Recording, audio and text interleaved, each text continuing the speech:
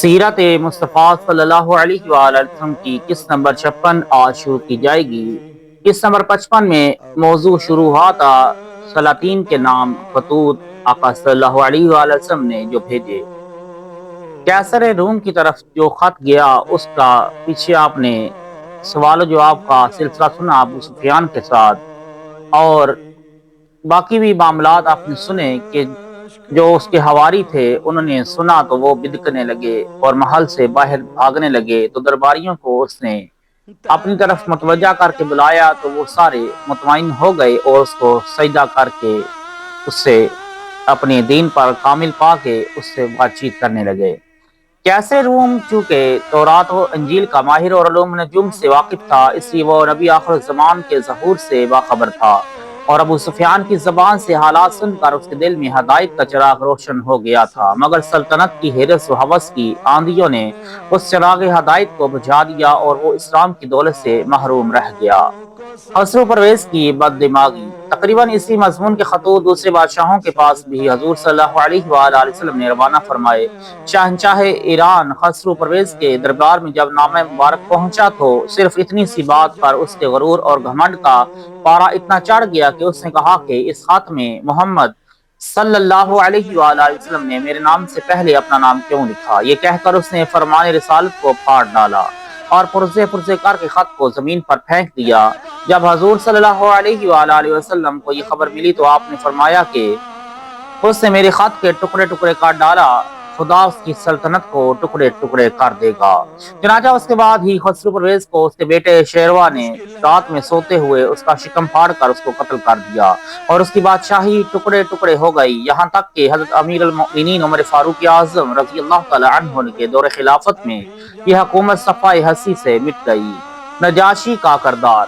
نجاشی بادشاہ حبشہ کے پاس جب فرمان رسالت پہنچا تو اس نے کوئی بے ادبی نہیں کی۔ اس معاملہ میں مورخین کا اختلاف ہے کہ اس نجاشی نے اسلام قبول کیا یا نہیں، مگر محابل دنیا میں لکھا ہوا ہے کہ یہ نجاشی جس کے پاس اعلان نبوت کے 5ویں سال مسلمان مکہ سے ہجرت کر کے گئے تھے، اور 6 ہجری میں جس کے پاس حضور صلی اللہ علیہ وآلہ وسلم نے خط بھیجا، اور 9 ہجری میں جس کا انتقال ہوا، اور مدینہ میں حضور صلی اللہ علیہ وآلہ وسلم نے جس کی غائبانہ نماز جنازہ پڑھائی، اس کا نام اسمحہ تھا، اور یہ بلا شبہ مسلمان ہو گیا تھا۔ لیکن اس کے بعد جو نجاشی تخت پر بیٹھا اس کے پاس بھی حضور علیہ الصلوۃ والسلام نے اسلام کا دعوت نامہ بھیجا تھا، مگر اس کے بارے میں کچھ معلوم نہیں ہوتا کہ اس نجاشی کا نام کیا تھا اور اس نے اسلام قبول کیا یا نہیں۔ مشہور ہے کہ یہ دونوں مقدس خطوط اب تک سلاطین حبشہ کے پاس موجود ہیں، اور وہ لوگ اس کا بے حد ادب و احترام کرتے ہیں۔ شاہ مصر کا برتاؤ۔ حضرت حاتب بن ابی بلتع رضی اللہ تعالیٰ عنہ کو حضور صلی اللہ علیہ وآلہ وسلم نے مقوقس مصر و اسکندریہ کے بادشاہ کے پاس قاصد بنا کر بھیجا۔ یہ نہایت اخلاق کے ساتھ قاصد سے ملا اور فرمان نبی کو بہت ہی تعظیم و تکریم کے ساتھ پڑھا، مگر مسلمان نہیں ہوا۔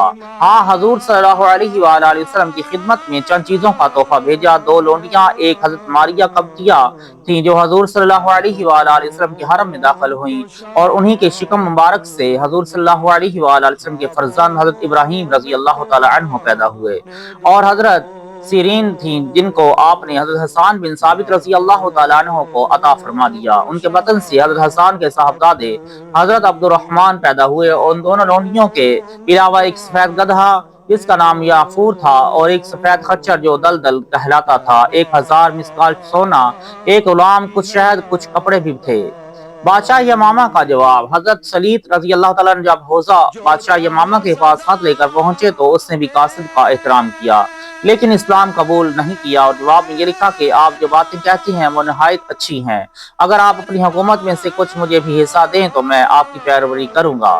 حضور صلی اللہ علیہ وآلہ وسلم نے اس کا خط پڑھ کر فرمایا کہ اسلام ملک گیری کی ہوس کے لیے نہیں آیا، اگر زمین کا ایک ٹکڑا بھی ہو تو میں نہ دوں گا۔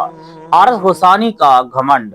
حضرت شجاع رضی اللہ تعالی عنہ نے جب حارث غسانی والی غسان کے سامنے نامہ اقدس کو پیش کیا تو وہ مغرور خط کو پڑھ کر برہم ہو گیا اور اپنی فوج کو تیاری کا حکم دے دیا۔ چنانچہ مدینہ کے مسلمان ہر وقت اس کے حملے کے منتظر رہنے لگے، اور بلاخر غزوہ موتا اور غزوہ تبوک کے واقعات درپیش ہوئے، جن کا مفصل تذکرہ ہم آگے تحریر کریں گے انشاءاللہ۔ حضور صلی اللہ علیہ وآلہ وسلم نے ان بادشاہوں کے علاوہ اور بھی بہت سے سلاطین اور امراء کو دعوت اسلام کے خطوط تحریر فرمائے، جن میں سے کچھ نے تو اسلام قبول کرنے سے انکار کر دیا اور کچھ خوش نصیبوں نے اسلام قبول کر کے حضور اقدس صلی اللہ علیہ وآلہ وسلم کی خدمت اقدس میں نیاز بندیوں سے بھرے ہوئے خطوط بھی بھیجے۔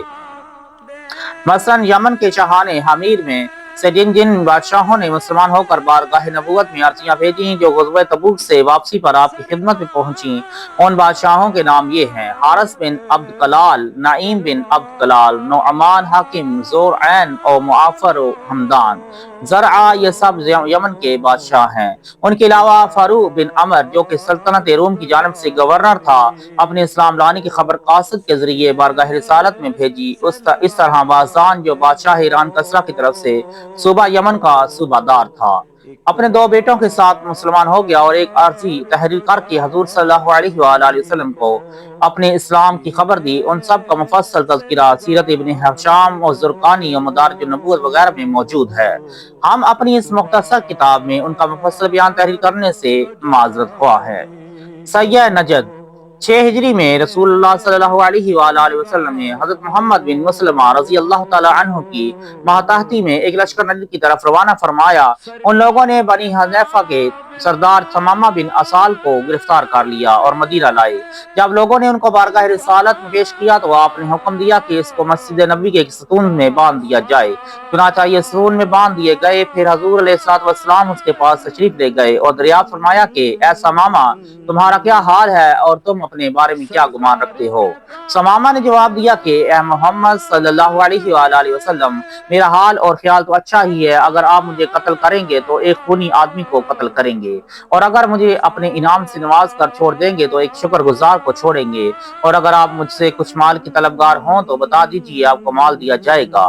حضور علیہ الصلوۃ والسلام یہ گفتگو کر کے چلے گئے۔ پھر دوسرے روز بھی یہی سوال جواب ہوا، پھر تیسرے روز بھی یہی سوال ہوا۔